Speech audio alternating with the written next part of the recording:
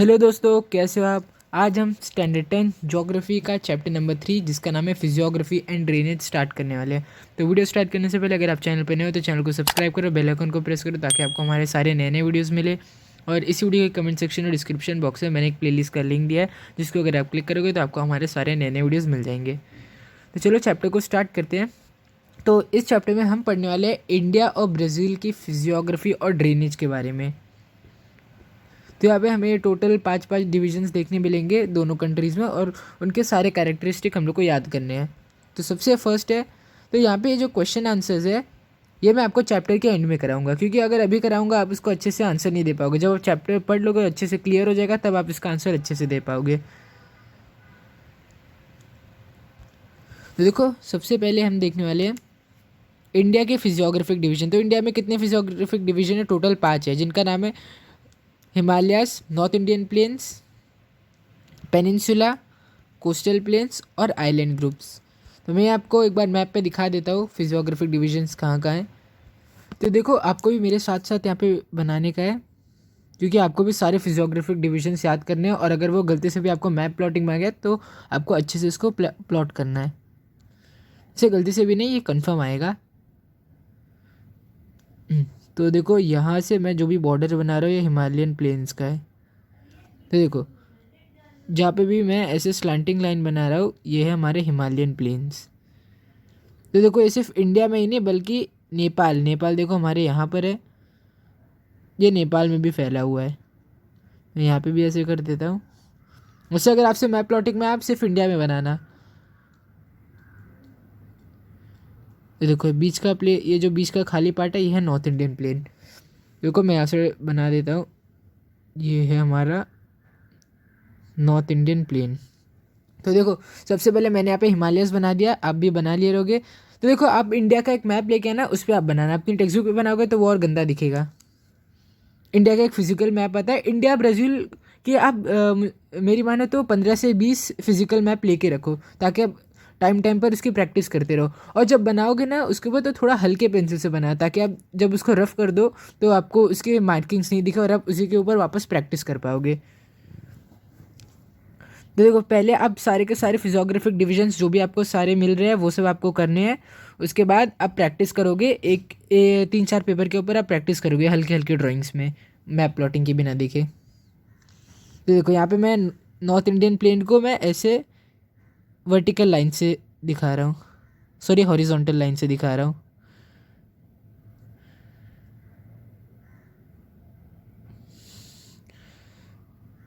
तो मुझे लगता है आपने भी ये बना लिया रहेगा। ये हमारे नॉर्थ इंडियन प्लेन्स। तो देखो ये जो नॉर्थ इंडियन प्लेन्स है यहाँ पे खेती बहुत ज़्यादा होती है।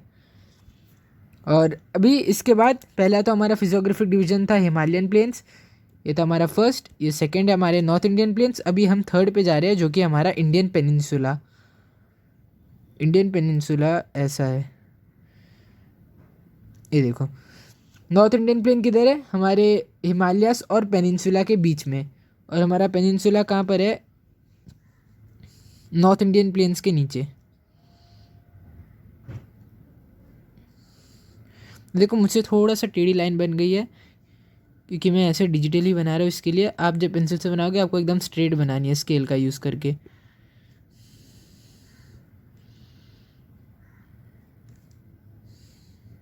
देखो ये हो गया हमारा थर्ड फिजियोग्राफिक डिवीजन जो कि है नॉर्थ इंडियन प्लेन्स। तो अभी इसके बाद क्या करना है आपको? प्लेन्स बनाने हैं। तो ये है आपके कोस्टल प्लेन्स को मुझे इसके लिए थोड़ा सा इसको जूम करना पड़ेगा। तो देखो पहले आप इतना बना लो फिर मैं जूम करके बनाता हूँ। तो मुझे लगता है आपने इतना ड्रॉ कर लिया रहेगा। तो अभी मैं जूम करके वेस्टर्न कोस्ट और ईस्टर्न कोस्ट बनाता हूँ जो कि हमारा फोर्थ फिजियोग्राफिक डिवीजन। और फिफ्थ वाला भी मैं आपको बताऊंगा जो कि हमारा आइलैंड ग्रुप्स। देखो यहाँ पे मैंने जूम कर लिया, अभी मैं बनाता हूँ। तो ये हमारा सबसे पहले आ रहा है हमारा वेस्टर्न कोस्ट। इसके ऊपर क्या है? वो था हमारा पेनिनसुला। तो यहाँ से हमारा कोस्ट आ रहा है। हाँ, और ये जो रीजन है ये भी थोड़ा सा अलग रीजन है क्योंकि ये जो रीजन है ये हमारा ईस्टर्न घाट, ये हमारे वेस्टर्न घाट। जिसको हम लोग, ये तो वैसे हमारा ईस्टर्न और वेस्टर्न कोस्ट ही है, पर हम लोग इसको घाट बोलते हैं। तो इतना जो रीजन है हम लोग इसको बोलते हैं वेस्टर्न कोस्ट, और यहाँ पे जो इतना सा रीजन है इसको भी हम बोलते हैं ईस्टर्न कोस्ट। ये जो इधर इधर रीजन है, और फिर ये जो बचा हुआ जो भी रीजन है इतना जो ये बॉर्डर के अंदर है, इसको हम बोलते हैं हमारा ईस्टर्न और वेस्टर्न घाट। तो अगर आपसे एग्ज़ाम में बनाने आया ईस्टर्न और वेस्टर्न घाट, तो आप क्या करोगे, आप ऐसा एक बॉर्डर बनाओगे, और इसके पूरे इधर ही आप ऐसे कर सकते हो कि पूरा यहाँ पे आप ऐसे दे सकते हो कि ये साइड, तो देखो यहाँ तक है हमारा वेस्टर्न घाट और ये हमारा ईस्टर्न घाट या ईस्टर्न कोस्ट। और अगर कभी भी आपसे वेस्टर्न घाट सीधा सीधा ड्रॉ करने बोल दिया तो आप क्या करोगे, आप ऐसे बनाओगे, ये आपकी वेस्टर्न घाट ऐसे यहाँ पे ड्रॉ है। इसी की वजह से ओरोग्राफिक रेनफॉल हमें मिलती है। और अगर वेस्टर्न घाट बनाने बोला तो आप क्या करोगे, आप थोड़ा सा ऐसे करोगे, फिर बीच में उसको तोड़ कर ऐसे करोगे, क्योंकि वेस्टर्न घाट हमारी ईस्टर्न घाट हमारी कंटिन्यूस नहीं होती है और वेस्टर्न घाट कंटिन्यूस है। तो ये हमारी ईस्टर्न घाट। और कोस्ट को अगर वो लोग बात करेंगे तो आप सीधे सीधे ऐसे बना दोगे। मुझे लगता है आपको ये समझ गया रहेगा इंडिया के मैप के ऊपर। अभी हम इनके बारे में डिटेल में पढ़ते हैं।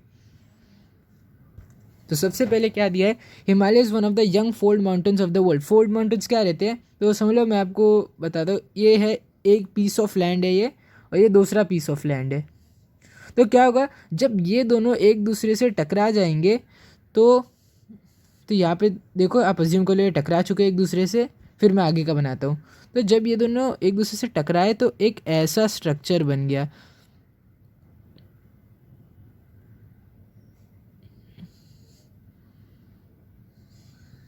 ऐसा स्ट्रक्चर बन गया, और ये दोनों यहाँ से जुड़ के ऐसे बन गए। देखो मैं एक बार फिर से बना देता हूँ, देखो।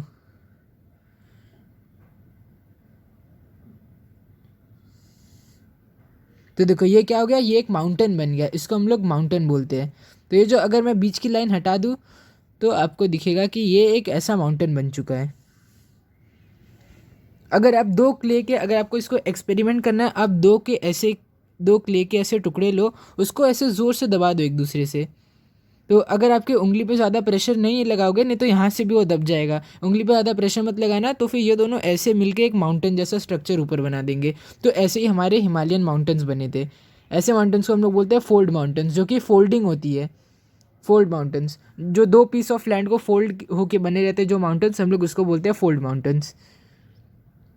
देखो मैं आपको कहानी बताता हूँ कि हमारे हिमालयाज़ कैसे बने इंडिया के। तो देखो, ये सबसे पहले एशिया का समझ लो पार्ट है। अभी हमारी इंडिया तो एशिया से जुड़ी हुई है, तो लाखों साल पहले हमारी इंडिया एशिया से जुड़ी नहीं थी। तो ये हमारा एशिया, और यहाँ पे थी हमारी इंडिया। तो देखो समझ लो जम्मू और कश्मीर है, और ये हमारी इंडिया का जो पीस ऑफ लैंड, हमारी इंडिया पूरी कंट्री ऐसे फ्लोट हो रही थी। तो जब हमारी इंडिया यहाँ से आके टकराई और एशिया के साथ आके जुड़ी, तो दोनों के जो ये लैंड्स में कोलिजन हुआ था, उसकी वजह से हमारे हिमालयाज़ वो जगह पर बन गए। तो इसीलिए आप देखो कि हिमालयाज़ हमारे कहाँ पे बने हैं, इस रीजन में बने हैं जहाँ पे टकराव हुआ था दोनों एशिया और इंडिया का। तो यहाँ पे हमारी लॉन्ग चेन ऑफ माउंटेन्स बन गए। वो चेन ऐसी गई है, और थोड़े बहुत छोटे छोटे माउंटेन्स यहाँ पे भी है, लेकिन मेन जो माउंटेन की चेन है वो यहाँ से गई है, क्योंकि यहीं से हमारा इंडिया इतना पार्ट इससे आके जुड़ा था। मुझे लगता है आपको अच्छे से समझ गया रहेगा कि हिमालयस कैसे बने थे। अभी हम पढ़ते हैं उसके बारे में। Himalayas is one of the young fold mountains of the world. The Himalayas extend from Pamir knot in Tajikistan. तो ये जो हिमालयन प्लेन्स है, ये समझ लो हमारी इंडिया है, ये गुजरात है। तो जो हमारी इंडिया है, ये जो हिमालयाज़ है, ये इंडिया के बाहर से ये लोग ओरिजिनेट हुए हैं और यहाँ से ऐसे गए हैं। देखो ये लोग ऐसे जा रहे हैं। ये कश्मीर है, जम्मू और कश्मीर या लद्दाख, और ये गुजरात है। तो इससे आपको समझ गया रहेगा मैं कौन से एरिया की बात कर रहा हूँ।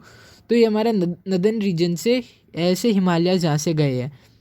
तो ये जो रीजन है जहाँ से हमारे हिमालय स्टार्ट होते हैं, इसको बोलते हैं पमीर नॉट। और ये कौन सी कंट्री में, Tajikistan. It is a major mountain system of Asian continent. तो ये बहुत ही ज़्यादा इंपॉर्टेंट और मेजर माउंटेन सिस्टम है हमारी पूरी की पूरी एशिया का। In India it extends from Jammu and Kashmir to Arunachal Pradesh. तो इंडिया में ये यहाँ से एक्सटेंड होता है। तो देखो यहाँ पे जम्मू और कश्मीर है और ये एक्सटेंड होकर अरुणाचल प्रदेश तक जाता है। तो मैं आपको बता दूँ अरुणाचल प्रदेश किधर है। ये देखो, ये हमारा अरुणाचल प्रदेश यहाँ से एक्सटेंड होता है, हिमालय यहाँ से एक्सटेंड होते हैं और यहाँ तक जाते हैं। ये जो रीजन है इसको हम लोग बोलते हैं अरुणाचल प्रदेश। अगर आप फिजिकल मैप पे देखोगे आपको अच्छे से वो स्टेट दिखेगा हमारा। तो आगे क्या दिया है कि the Himalayas is not a single mountain range. तो हमारा हिमालयस ऐसा नहीं है कि बस एक ही माउंटेन रेंज है, एक ऐसी माउंटेन रेंज गई है। वो क्या है, there are many parallel ranges, मतलब आगे पीछे एक दूसरे के पैरेलल ढेर सारे रेंजेस है। एक सिंगल माउंटेन रेंज नहीं है हमारे हिमालय का कि समझ लो एक ऐसी सिंगल रेंज गई है माउंटेन्स की, ढेर सारी ऐसी रेंजेस जाती है हमारे जो हिमालयस की। तो आगे इसमें दिया है कि the southern most is known as Siwaliks. तो हमारे इंडिया में जो ऐसे गए हैं सदर्न मोस्ट, ये क्या है, ये हमारा southern most region, southern most Himalayan range. चलो ये जो जम्मू एंड कश्मीर के अंदर से ये सारे हिमालयस गए हैं और ये हमारा सदर्न मोस्ट रेंज मतलब सबसे नीचे वाला रेंज, इसको हम लोग बोलते हैं सिवलिक्स। ये थे हमारे सिवलिक्स। और आगे क्या दिया है, there are lesser, next to Siwaliks are lesser Himalayas. तो ये हमारे लेसर हिमालयास, ये हमारे ग्रेटर हिमालयास और ये है ट्रांस हिमालयास। तो नदर्न मोस्ट जो हिमालयन रेंज है उसका नाम है ट्रांस हिमालयास, उसके बाद आते हैं ग्रेटर हिमालयस, फिर लेसर हिमालयास और सबसे नीचे है सिवलिक्स जो कि है northern most southern most mountain range हमारे हिमालयास का। This are young to old respectively, मतलब कि ये यंग से ओल्ड के बीच में ही है ये। तो मैं अगर आपको डायग्राम के फॉर्म में बताऊँ तो देखो, यंग टू ओल्ड रिस्पेक्टिवली, मतलब कि जो सदर्न रीजन में सबसे ज़्यादा यंग है और अगर हम सदर्न रीजन से नॉर्थ में जाते रहेंगे तो ये माउंटेन रेंज एक दूसरे के ओल्ड है। तो अगर सबसे यंग देखेंगे तो सिवलिक सबसे यंग है। इसके बाद उससे ज़्यादा एज है लेसर हिमालयास की, लेसर हिमालयास से ज़्यादा एज है ग्रेटर हिमालयास की और सबसे ज़्यादा एज है हमारे ट्रांस हिमालयास की। देखो आपको ये ऐसे समझना है कि सिवलिक सबसे ज़्यादा यंग है, उससे ज़्यादा ओल्ड है लेसर हिमालयास, उससे ज़्यादा ओल्ड है ग्रेटर हिमालयास और सबसे ज़्यादा ओल्ड है ट्रांस हिमालयास। तो यहाँ पे अभी हम आगे देखते हैं, this mountain ranges are also divided into western Himalayas जिसको हम लोग जम्मू एंड कश्मीर हिमालयास बोलते हैं, सेंट्रल हिमालयास, कुमोन हिमालयास और ईस्टर्न हिमालयास जो कि है आसाम हिमालयास।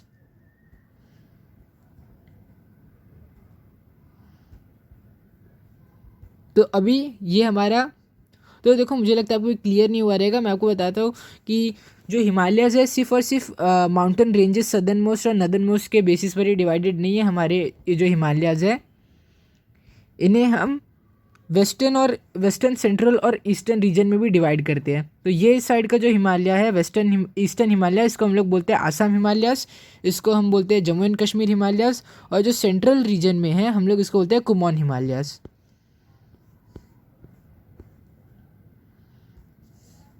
तो देखो आगे दिया north Indian plane, this division lies between Himalayas in the north and peninsula in the south. तो मैंने आपको जो मैप ड्रॉ करवाया था आप वो मैप को खोल के देखो तो आपको दिखेगा कि नॉर्थ जो नदर्न प्लेन रीजन है वो कुछ ऐसा है और ये रीजन किसके बीच में है, हमारे हिमालयास के बीच में और पेनिनसुला के बीच में ये रीजन हमारा। तो देखो आप अपने साथ वो मैप लेके बैठना है, जब भी मैं आपको एक्सप्लेनेशन करा रहा हूँ आपको अच्छे से समझेगा।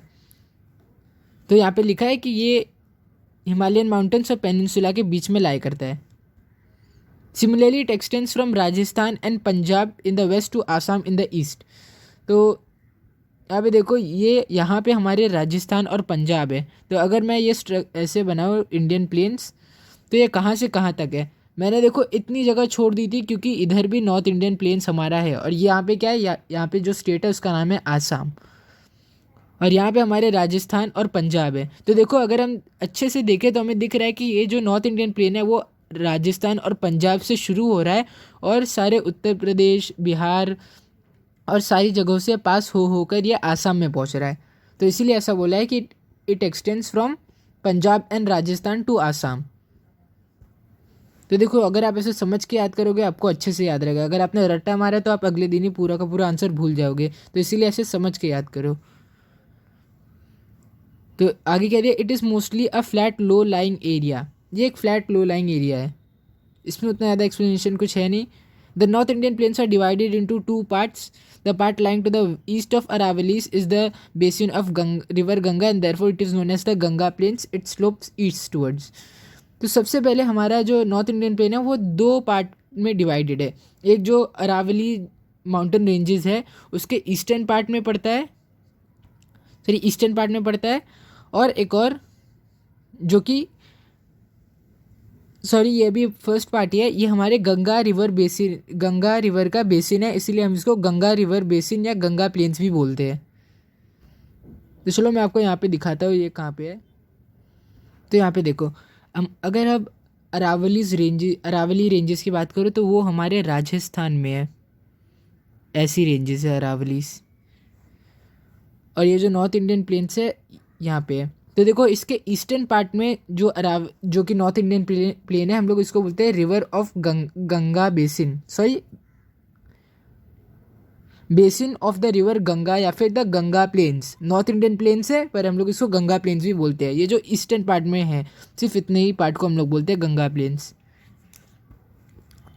तो अभी आगे देखते हैं क्या दिया है, इट स्लोप सीट्स ईस्टवर्ड्स, तो ये ईस्टर्न पार्ट में है। Most of the west Bengal state of India and Bangladesh together constitute the delta to the Ganga Brahmaputra system. तो जो मोस्ट रिवर्स है इंडिया और बांग्लादेश के, ये अपने रिवर्स यहाँ पे देते हैं। तो देखो अगर मैं आपको थोड़ा जूम करके दिखाऊं तो ये देखो यहाँ पर हमारा जो रीजन है ये है हमारा वो रीजन जहाँ पे ज़्यादा से ज़्यादा गंगा के जो रिवर्स और उनकी ट्रिब्यूटरीज़ है और बांग्लादेश की ट्रिब्यूटरीज़। तो यहाँ पे देखो बन के ये लोग एक डेल्टा बना रहे हैं, तो मुझे लगता है आपको डेल्टा पता रहेगा। डेल्टा वो रिवर का फॉर्म होता है जो कि ऐसे जाता है, को मैं आपको एक प्लेन जगह पे दिखाता हूँ, देखो यहाँ पे बताना सही रहेगा। तो देखो समझ लो, ये थोड़ा क्लियर हो गया, हाँ। तो देखो समझ लो यहाँ पे हमारा यहाँ पे पूरा वाटर है हमारा, और ये जो है ये लैंड का पीस है। यहाँ से एक रिवर आ रहा है, ये पूरा सी या फिर कोई बड़ा रिवर है, और यहाँ से एक छोटा सा रिवर आ रहा है। तो अपने बीच में ढेर सारी ऑब्स्ट्रक्शन की वजह से ये जो किनारे के ऊपर ऐसे दो रिवर्स में डिवाइडेड हो जाता है। तो इस स्ट्रक्चर को हम बोलते हैं डेल्टा।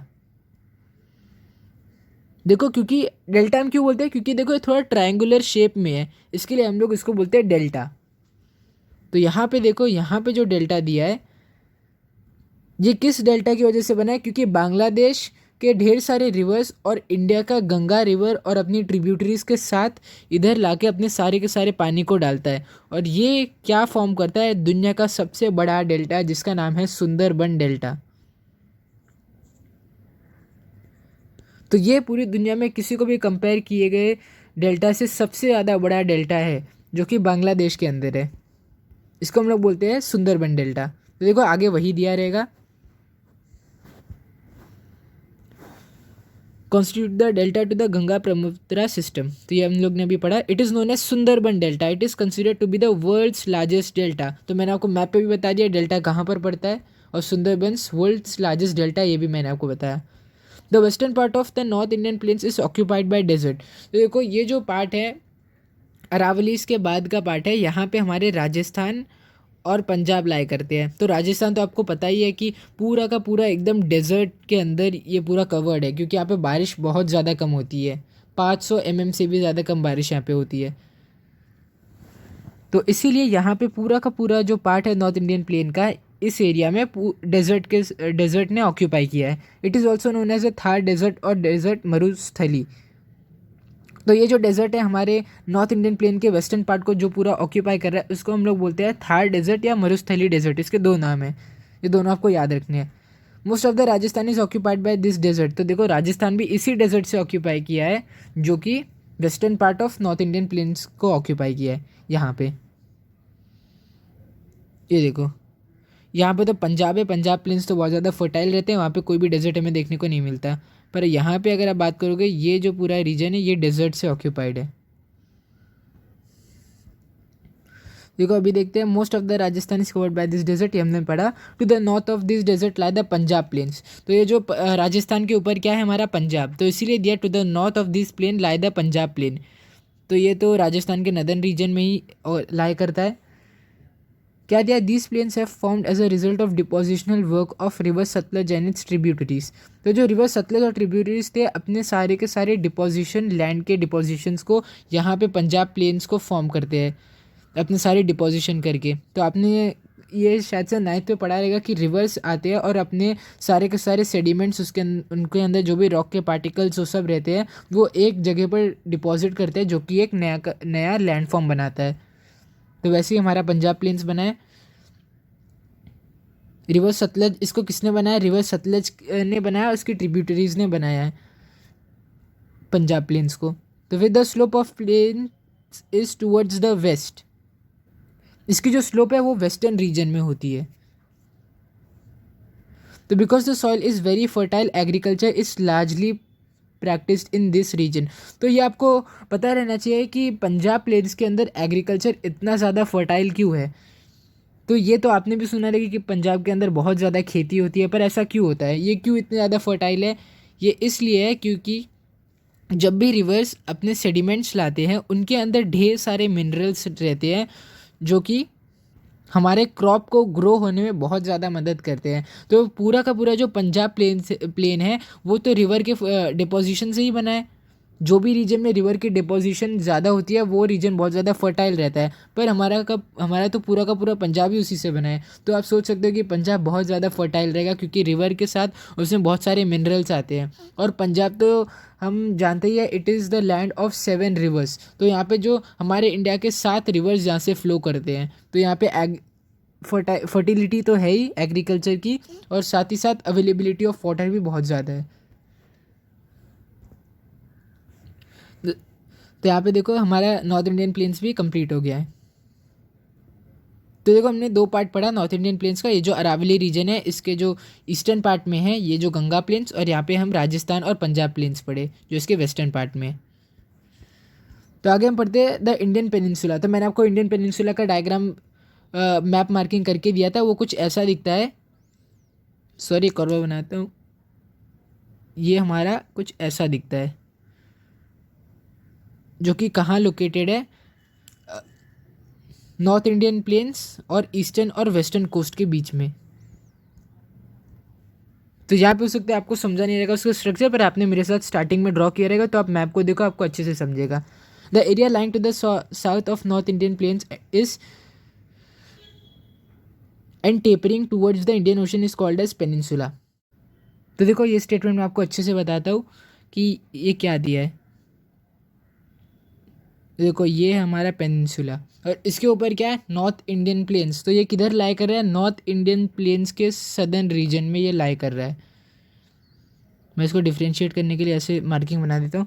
देखो the area lying to the south of north Indian plains, तो ये किधर है, सदर्न पार्ट में नॉर्थ इंडियन प्लेन्स के साउथ में लाई कर रहा है।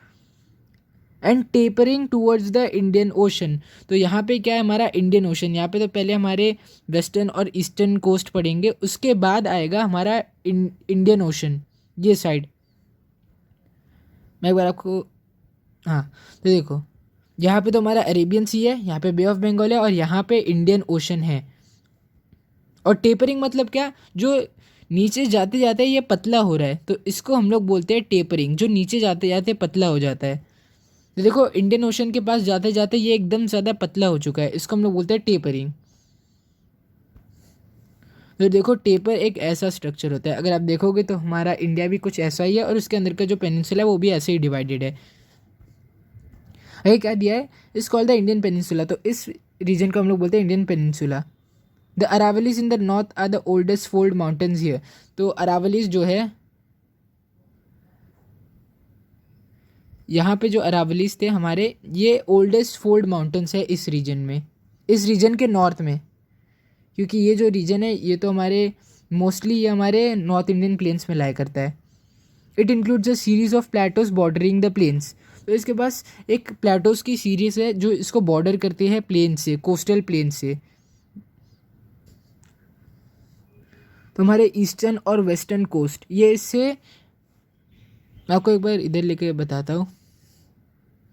तो देखो ये जो रीजन है, यहाँ इस रीजन में इसके पास एक प्लेटोस की और माउंटेन्स की सीरीज़ है जो इसको सबसे अलग करती है। माउंटेन और प्लेटोस दोनों की सीरीज़ है। और यहाँ पे दिया है the plains Vindhyas and Satpura ranges in central part and hilly regions of western Ghats. तो इसी के अंदर हमारे विंध्या और सतपुड़ा रेंजेस भी आती है जो कि हमारे इंडियन पेनिनसुला के सेंट्रल पार्ट में है, और जो हिली रीजन्स हमारे ईस्टर्न और वेस्टर्न घाट्स के अंदर है। हिली रीजन मतलब कि माउंटेन जैसे पर छोटे रहते हैं ये हिल्स। तो देखो यहाँ पे भी ये जो क्वेश्चन है मैं आपको चैप्टर के एंड में कराऊंगा। तो अभी हम लास्ट ये कर लेते हैं द कोस्टल प्लेन्स। तो कोस्टल प्लेन्स क्या है, हमारे ईस्टर्न और वेस्टर्न कोस्ट। हमारी इंडिया दो कोस्ट में डिवाइडेड है। जो वेस्टर्न रीजन में है उसको हम बोलते हैं वेस्टर्न कोस्ट, जो ईस्टर्न रीजन में हम लोग बोलते हैं उसको ईस्टर्न कोस्ट। तो कोस्ट मतलब भी आपको पता ही रहेगा, कोस्ट वो जगह रहती है जो पानी के पास होती है। तो ये देखो यहाँ पे हमारा ये जो रीजन है ये तो हमारा इंडियन पेनिनसुला है, और ये हमारा ईस्टर्न कोस्ट जो कि वेस्टर्न कोस्ट क्योंकि ये वेस्टर्न रीजन में लाई कर रहा है, और ये है ईस्टर्न कोस्ट क्योंकि ये ईस्टर्न रीजन में लाई कर रहा है। तो अगर आपको ये अच्छे से याद करना है तो इसमें अगर आप देखोगे तो आपको एक डिफ्रेंशिएट बिटवीन के रूप में ये दिया हुआ है। आप अगर इसको वैसे करके याद करोगे आपको ये जल्दी याद हो जाएगा। तो मैं आपको पहले पूरा बता देता हूँ। India is blessed with a coast line with a long coast line extending for approximately 7,500 kilometre. तो कोस्ट लाइन क्या होती है, बॉर्डर की वो जगह जो पानी से मिली हुई है। तो इंडिया की जो कोस्ट लाइन है अगर आप देखोगे तो देखो इंडिया की कोस्ट लाइन ये पूरा जो रीजन है ये है इंडिया की कोस्ट लाइन, जो कि बहुत ज़्यादा बड़ी है। और कोस्ट लाइन बहुत ज़्यादा फ़ायदे में रहती है क्योंकि यहीं से हम मछलियाँ पकड़ सकते हैं, ऑयल को निकाल सकते हैं और बहुत सारे मिनरल्स को भी निकाल सकते हैं। इसलिए इंडिया को बहुत ज़्यादा बड़ी कोस्ट लाइन का आशीर्वाद मिला है। It lies to the western and eastern part of Indian peninsula. तो मैंने आपको बताया था ये जो इंडियन पेनिनसुला है इसके ये साइड और ये साइड, ये वेस्टर्न और ये ईस्टर्न कोस्ट है। तो देखो इसके वेस्टर्न और ईस्टर्न पार्ट में भी है ये। तो it's western and eastern coast line show remarkable dissimilarities, मतलब इसमें बहुत ज़्यादा डिसिमिलैरिटीज़ है दोनों कोस्ट में। तो यहाँ पे देखो यहाँ पे पूरा डिफ्रेंशिएट के फॉर्म में हम लोग को दिया है। तो western coast border the Arabian sea, whereas the eastern coast border the bay of Bengal. तो देखो मैं आपको एक एक लाइन पढ़ रहा हूँ ताकि आपको अच्छे से डिफ्रेंशिएट बिटवीन के फॉर्म में याद हो जाइए। तो ये लाइन मैं आपको एक्सप्लेन करता हूँ ऊपर लेके जाके। तो ये देखो हमारा जो वेस्टर्न कोस्ट है उसको बॉर्डर किया है अरेबियन सी ने। आपको ये अच्छे से जब आपको मैप याद रहेगा तो आपको इनके बीच में कोई भी डिफ्रेंशिएशन करने में बहुत आसानी हो जाएगी। तो जो वेस्टर्न कोस्ट है इसको कौन बॉर्डर कर रहा है, अरेबियन सी। जो ईस्टर्न कोस्ट है इसको कौन बॉर्डर कर रहा है, बे ऑफ बंगाल। तो देखो फर्स्ट लाइन आप क्लियर हो गई रहेगी आपको। तो अभी सेकेंड लाइन पढ़ते हैं दोनों की। It is by a large rocky coast. तो ये एक बहुत ही बड़ा रॉकी कोस्ट है हमारा वेस्टर्न घाट। एट प्लेसेस पर start taking off from western Ghat. तो हमारा जो वेस्टर्न घाट है उसके अंदर से स्पर्स एक ऐसा स्ट्रक्चर होता है, ये देखो दो माउंटेन के बीच में से ऐसा जो पानी, जब बहुत ज़्यादा स्पीड रहती है पानी के अंदर तो वो ऐसे जाता है दो माउंटेन के बीच में इरोजन करके, तो इसको हम लोग बोलते हैं स्पर। तो देखो आगे दिया है it's with is also less. तो इसकी जो चौड़ाई है वो भी बहुत ज़्यादा कम है। अगर आपको वेस्टर्न घाट देखना है तो ये देखो यहाँ पे वेस्टर्न घाट है, ये हमारी वेस्टर्न घाट। और वेस्टर्न घाट के साथ हमारा जो वेस्टर्न कोस्ट है वो भी बहुत ज़्यादा पतला है। यहाँ से ही हमारे स्पर्स स्टार्ट टेकिंग ऑफ, मेरा मतलब कि यहाँ से निकलते हैं। तो अभी नीचे चलते हैं और ईस्टर्न कोस्ट की दूसरी लाइन पढ़ते हैं। यहाँ पे दिया है many east flowing rivers using from the western and eastern Ghat meet this coast. मतलब जो वेस्टर्न और ईस्टर्न घाट से ये रिवर्स, वो दोनों रिवर्स से पास होके इस कोस्ट के अंदर जाते हैं because of the gentle slope. तो यहाँ पे उस पॉइंट की डिफ्रेंशिएशन नहीं दी थी तो इसके लिए मैं पहले वेस्टर्न घाट का अभी पढ़ता हूँ। यहाँ पे आगे दिया rivers originating from western Ghats are short and swift. तो वेस्टर्न घाट के अंदर से जो भी रिवर निकलते हैं वो बहुत ही ज़्यादा छोटे रहते हैं और बहुत ज़्यादा फास्ट वो बहते हैं। तो इसकी वजह से क्या होता है, एस्चुरीज बन जाती है। तो एस्चुरीज क्या होता है, अगर आप गूगल करोगे आपको अच्छे से वो पूरा का पूरा उसका डायग्राम दिख जाएगा। तो यहाँ पे मैं उसको अच्छे से ड्रॉ नहीं कर पाऊँगा। अगर आप उसको अच्छे से नेचुरली उसका फ़ोटो देखोगे तो आपको वो ज़्यादा ठीक से समझेगा। तो आपको बस इसको गूगल पे लिखना है एस्चुरीज, आपको अच्छे से मालूम पड़ जाएगा। अभी मैं वो आपको बता देता हूँ कि एस्चुरीज फॉर्म कैसे होते हैं। तो देखो, जब भी ये यहाँ पे मैंने आपको बताया था, ये जो पानी है और यहाँ का ये जो है ये एक लैंड का पीस है। जब भी एक रिवर स्लो स्पीड में आता है तो उसको ऑब्स्ट्रक्शन मिलती है और वो ऐसे डिवाइड हो जाता है, इसको हम लोग बोलते हैं डेल्टा। पर अगर एक रिवर बहुत ही ज़्यादा स्पीड से आ रहा है, वो सीधे सीधे यहाँ के अंदर, यहाँ से अंदर बह जाता है। या तो उसको मल्टीपल डिविजन्स भी मिल सकते हैं, या तो वो एकदम स्ट्रेट, अगर वो बहुत ज़्यादा स्पीड है तो वो स्ट्रेट अंदर पानी के चले जाएगा। पर वेस्टर्न घाट में ऐसा नहीं होता है। Because of the gentle slope, western Ghat की स्लोप बहुत ही ज़्यादा जेंटल है, इसके लिए रिवर की जो वेलोसिटी है बहुत ज़्यादा धीरे होती है और जो इसके सेडिमेंट है वो डिपॉजिट हो जाते हैं। जब इसको ऑब्स्ट्रक्शन मिलती है तो वो डिपॉजिट हो जाते हैं और वो ऐसे डिवाइड हो जाती है और ऐसे वो पानी के अंदर मिक्स हो जाती है, जिसको हम लोग, इस स्ट्रक्चर को हम लोग डेल्टा बोलते हैं। Sediments brought with them at the coast, as a result deltas are form. तो इसी वजह से हमारे डेल्टाज ही बन जाते हैं। तो देखो, यहाँ पे हम अभी इस लेक्चर को एंड करते हैं। नेक्स्ट लेक्चर में मैं आपको पढ़ाऊंगा island group, highlands, great escarpment और कोस्ट। तो मुझे उम्मीद है आपको ये अच्छे से समझा रहेगा। अगर आपको ये अच्छे से नहीं समझा, आप एक बार अच्छे से अपने मैप को देखो और फिर वापस से समझो, आपको ये अच्छे से समझ जाएगा। तो मुझे उम्मीद है आपको ये वीडियो अच्छा लगा हो। और अगर इस वीडियो से आपके सारे के सारे कंसेप्ट क्लियर हो गए तो आप इसको अपने फ्रेंड्स के साथ शेयर करो, हमारे वीडियो को लाइक करो और चैनल को सब्सक्राइब करो। Thank you.